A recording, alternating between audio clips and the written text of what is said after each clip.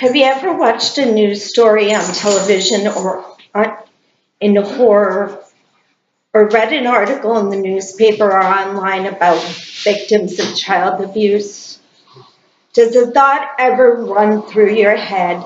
How can an adult with any compassion or love for that innocent child inflict harm like that to them? I'm not sure how many of you are aware of the magnitude of physical abuse that occurs every single day to helpless children. Did you know that more often than not, this abuse is administered by a parent or a caregiver? These victims of abuse are being brutalized by means of choking, punching, hitting, kicking, and oftentimes being tied or chained to a bed or a chair.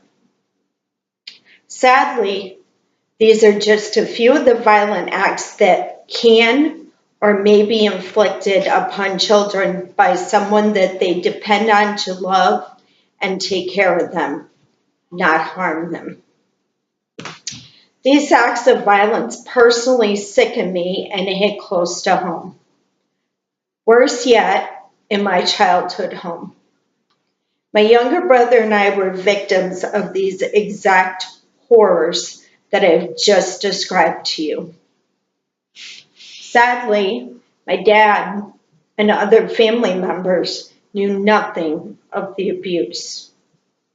My brother and I never said a word because threats of more violence intimidated us into not saying anything. Bruises and choke marks left on our bodies were covered up with long sleeves and turtlenecks. Other means of hiding the abuse came from numerous lies or simply by way of excuses. As children, most of us are taught, or at least should be taught, not to make up excuses for our actions, correct?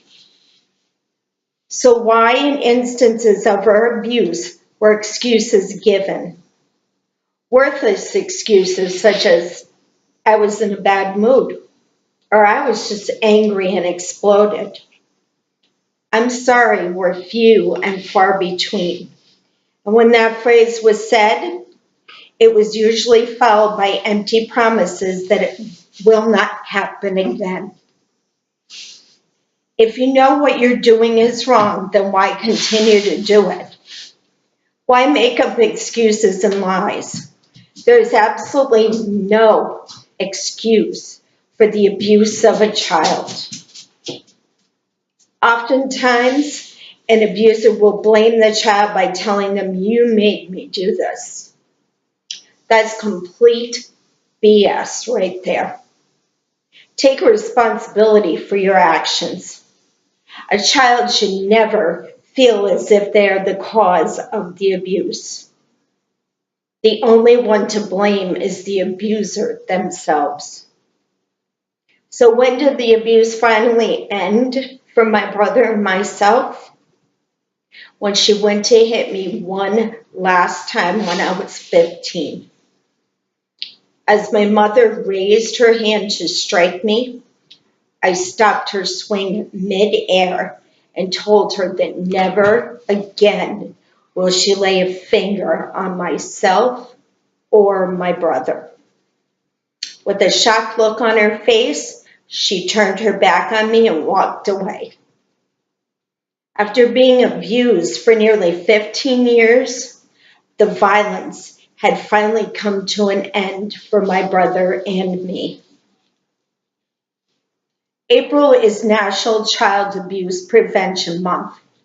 Let's spread the word.